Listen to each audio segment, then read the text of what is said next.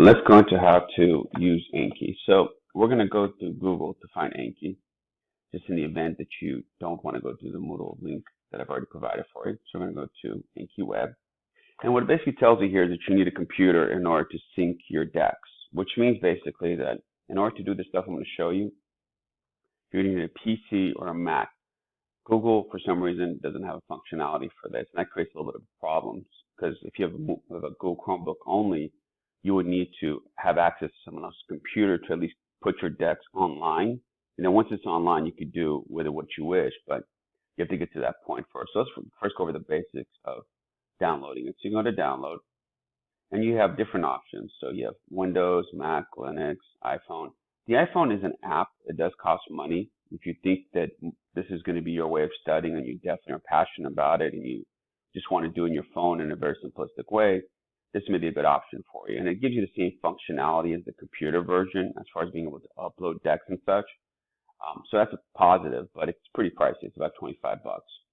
So we're going to go to Windows. If you have a Mac, I'll post a separate explanation on how to download it on Moodle for you. So you download it. So I'm going to click this. And then once it choose to do that, then I've already downloaded it ahead of time. Actually, I put a deck there. So let me get out the deck and go here for the download. It's going to ask you to install it. Since I already have one that exists, don't need to do anything, but that's about as complicated as it gets.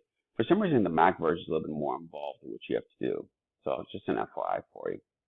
So a couple things you could do on the online platform once you have it is let's log into our account. So you do have to create an Anki web account regardless of whether you're going to do it on the computer, online, whatever. And the reason for that is because it's going to hold your information. So you have an option to get shared decks from somebody else. So let's say you don't like my decks. There's a whole host of them that you could upload into your computer. But once again, you need to have a Mac or a PC to put these decks into your actual deck, which is really strange. You'd think there'd be an interface that allows you to go between, from one internet to another internet location without having to do all this, but it doesn't. So my apologies for that. So let's say you want to add cards to your deck and you don't want to do it on the computer. You could also do it here. There's different options. There's basic, there's close. I typically use close because what you could do is blank out a part of an answer, and then that's the part you have to read out loud, and I'll show you what that looks like. So that's what you could do on the website. You could also study all your decks online. So let's say, for example, you have an iOS and you're like, I really don't want to pay 25 bucks for the app. That's fine. Open in Safari, study it on Safari, and then the thing syncs itself, and then it recognizes which ones you're good at and which ones you're not, and you're done. And the same thing as doing the computer. The interface is a little different, but in terms of functionality, it's very similar too. So you could just use your website, the internet, or your web browser to study the cards. You don't have to buy the app unless you want to. If you have the PC, you have a PC-based phone, then you're lucky because you could get the app for free. Go figure why it's free for PC and not for iOS. Probably less popular, right? All right, so let's take a look at this. So here's an example of a deck. So once you finish actually downloading the Anki app, then what you can do is you could upload files. So before you do this, you do need to download information from Moodle. So for example, we're going to go home, go to AP Chemistry. Let's download one of my decks. So we're going to go down here. Where are the decks? Right there. So you need to download the deck first. So you download it somewhere onto your computer. It's already downloaded. So you can show in the folder. So it's already here. So it's typically going to be your download folder as soon as you download it, unless you specify where you're going to download it to. So if you can't find it, easy thing to do is just do the three buttons, say open folder, and then it'll show up in there. But even if you can't do that directly, you can just go to your download folder. That's the first place information is usually located. So then once it's there, what you can do is go back into your app. And remember, this once again has to be through a PC or Mac. Go File, go Import, select the deck that you're going to import, and then it puts it on the computer for him. I'm not going to do it. It's going to give me a duplicate that I don't want. Once it's on there, you could study it. So let's say I want to study. And this is the way studying pretty much works. The card shows up in front of you and there's blanks and you're supposed to figure out what the answer is. So according to Bronsolari, an acid is a blank and a base is a blank. So let's go with acid is a hydrogen donor, base is a hydrogen acceptor. Show your answer, which is all the way down here. Oh, I got it right. So then you have a choice. Do you want it to be again less than a minute, meaning that you had no idea what the answer was and you want to get tested again? Good. Less than 10 minutes, you were kind of hesitated, but you got the answer right maybe, or maybe you got part of it right. Easy, you don't need to see this again for a while. So it's not going to show it to you for 4 days. And that's the cool thing, is that it adjusts to you. Based on how you identify the difficulty of the question, it decides how frequently it shows it to you.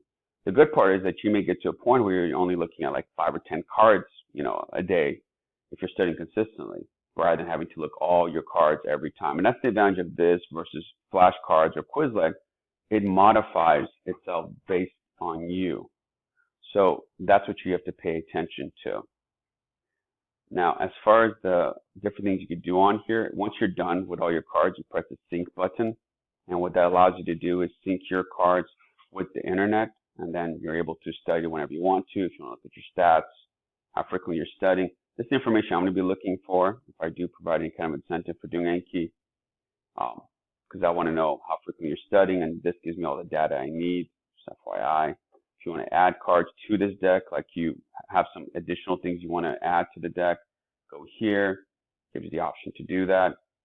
There's a lot of flexibility in this. So we're going to go back to decks, and the other thing you can do is also modify how frequently you're seeing the cards. So maybe you don't want to do 40 cards a day. Maybe you want to do 20, go 20. Maybe you want to do the whole deck, so you count how many cards in the deck and go with that. Or maybe you don't want easy cards to show every 4 days. Maybe you want to show it every 4 weeks. It really is up to you. Modify to your own needs. My suggestion to you is build it around whatever your study system is and stay consistent with that. You don't want to be all over the place. Once you're done, just press the sync button, and then what that's going to do is sync this with the online platform. Now you're good to go. Now, for those that don't have a PC or a Mac and like, well, how do I download all this stuff into my computer or onto the Anki website and actually use it? If you go here, so you would have to ask a friend or go to a different computer, whatever option you have. So let's say it's a different computer. So typically when school is on, we go to the computer in the back. All the decks already there. You go there and you press switch profile. You add your profile, Bob. Say okay. And then you want to sit there and actually download information into it. So you go there. And now as Bob, you import the file. So let's say we're going to import this. I'm going to give you that. Who cares? All right, and there you go. Now you have your deck. Now, the key here is that once you have this deck in here, you need to press the sync button and then put your information that you already set up for Anki Web. So the first thing you want to do is set up your email and information Anki Web so you have an account with them. Then once you have that, you would ask whoever it is to sit there and put your information in. Obviously, you want to change your password after the fact. You put the information in, press OK. Now it's going to happen. This deck and everything that's on it is going to go directly to the web. So now you can use it on your Chromebook. You can use it on your iOS, even if you don't have a PC or a Mac to do this part with.